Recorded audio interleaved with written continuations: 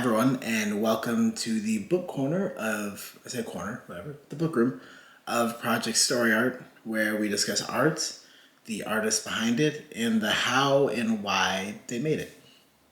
Today, though, we're actually going to be focusing on a project that is near and dear to my heart because I wrote it. It's my book.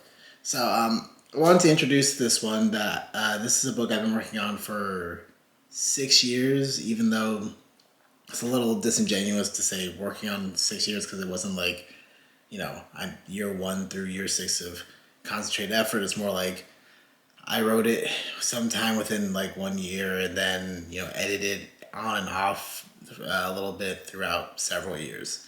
So, but yeah, 6 years is what it's told out to. As the title suggests, it is a story about 13 individuals chemically altered to become superhuman beings called Reapers. Each Reaper has a gift unique to their psyche, but using those gifts also causes damage that amplifies the darkest parts of themselves. During their golden age, the Reapers had a serum to suppress the negative effects. With their powers at their finest, they waged war in the name of their government against the church seemingly corrupted by influences of ancient gods. For their efforts, they were betrayed and cast out with no serum to stifle the adverse effects of their gifts. Their former leaders seized control of a majority of the nations while they waited for the day they could obtain the last piece required to complete the ritual and plunge everything into the dark sea. Half a century passed, and finally their opportunity revealed itself. It is at this point that the story begins, and we open to Cassandra. Staring down the barrel of the black steel revolver, my hands trembled on the trigger. It would be so easy. The quiet stillness of the forest on that gray morning invited me to join it. It beckoned me to become one of the dead scattered around. Cultists, victims. Corpses always followed at my heel, and for all my good intentions, my battles always ended the same. Nothing I do makes a difference. Nothing I do matters. Yes, we start in a pretty dark place for the main character, and that's fine because I'm a firm believer that you can't really have like a lot of hope without a lot of darkness because there's contrast to these elements. If that's where the story begins, where does it go? Well, the basic plot of the story is that the Reapers, besides Cassandra, are contacted by their former leaders, the Council, with an opportunity to be reinstated and returned to glory. All they have to do is assassinate one surviving member of the fallen church, Rhys Noble. Cassandra discovers this plot and moves to save Rhys. In doing so, she becomes the woman's unwitting protector and is forced to fight the other members of her former outfit. So in the first act of the book, you're viewing the story through each individual Reaper. You're kind of seeing everyone's perspective, and that's actually where I had a lot of fun with the story in these rewrites, is really making it so that you're looking through each character's eyes and seeing how they see the world, the struggles that they're going through, how their power manifests itself, how the negative aspects of their powers manifest themselves, and just how all of this coalesces together into like their reasons for wanting to hunt down the main character or not hunt her down. It's a lot of forces that play within us as individual people. It was sort of like D&D, where you just make this character, write all this backstory, and I guess that's what writing is in general, but still it felt like acting out each person's role at the D&D table. So I won't wear you down with every character, but I do want to at least introduce 3 that I think I had the most joy in writing. My first, obviously, is the character in the portion you just heard, Cassandra.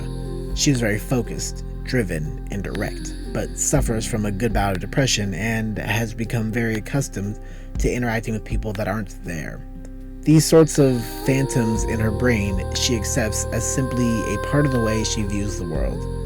Normally, she is excellent at compartmentalization, which allows her the room to focus manifesting as the power to walk through any object, like Kitty Pryde in X-Men. But under pressure, the power can make her lose her sense of reality and hamper her abilities to do much of anything. Having that opening scene pop into my head one night is what made me completely change the book in the first place to really capture the viewpoints of all the Reapers. Another I really enjoyed writing was Lucy. She is a ballerina obsessed with perfection, which should be no surprise given ballet is the art of perfection. However, she drags this idea into her normal life and always has this vision for how her world is supposed to be. She has the power to hear very well, down to the movement of someone's bones or their heartbeat, which she uses in battle to learn how her opponents are trying to attack her. Of the Reapers, she's the only one not to carry a gun because she can't be touched anyway. Writing her was a great joy because I felt I understood every facet of her personality and all of her struggles. She felt wholly real to me. And lastly, another I really enjoyed was Nicholas Singh. Aside from his name being an inside joke with one of my friends, this character is a wild time. He presents himself as this unhinged maniac, which not entirely false, but he's also very calculating. His character is addicted to addiction, meaning he is basically addicted to every drug and escape outlet he can find in his life. Without his escape, he would completely become catatonic, but with it, he feels invincible. And what made him so interesting to write was trying to figure out how to write a deeply flawed individual that is always trying to escape himself by creating a new version of himself through the use of drugs. And I think while he is over the top, there is a real truth to the idea of using drugs, feeling invincible, chasing that feeling so much that it becomes normal, and then thinking your regular self is the self of you on drugs. So that sort of idea I really enjoyed exploring in a character. Okay, so I think I've spoken enough on the book. And if any of this has caught your interest, I tried my hand at recording the first third of the book, doing a voiceover, which in hindsight, not as easy as I perhaps thought it would be. I guess I didn't think it would be easy, but, without a frame of reference, you just really don't know how annoying it is.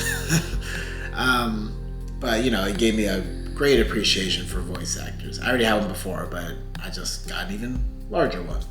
So, positives, right? Regardless, this will conclude my little introduction to Reapers 13. I have so far, and probably in general, will be unsuccessful with getting this book published through traditional methods, and I think at this point I don't really intend to. It was a passion project that I wanted to do more with, but I don't think in the future that it's ever going to go anywhere. So, for now it's just a dream and a story I wrote and helped me get some experience, and I just wanted to share a little bit of it at least with anyone who's willing to listen to it.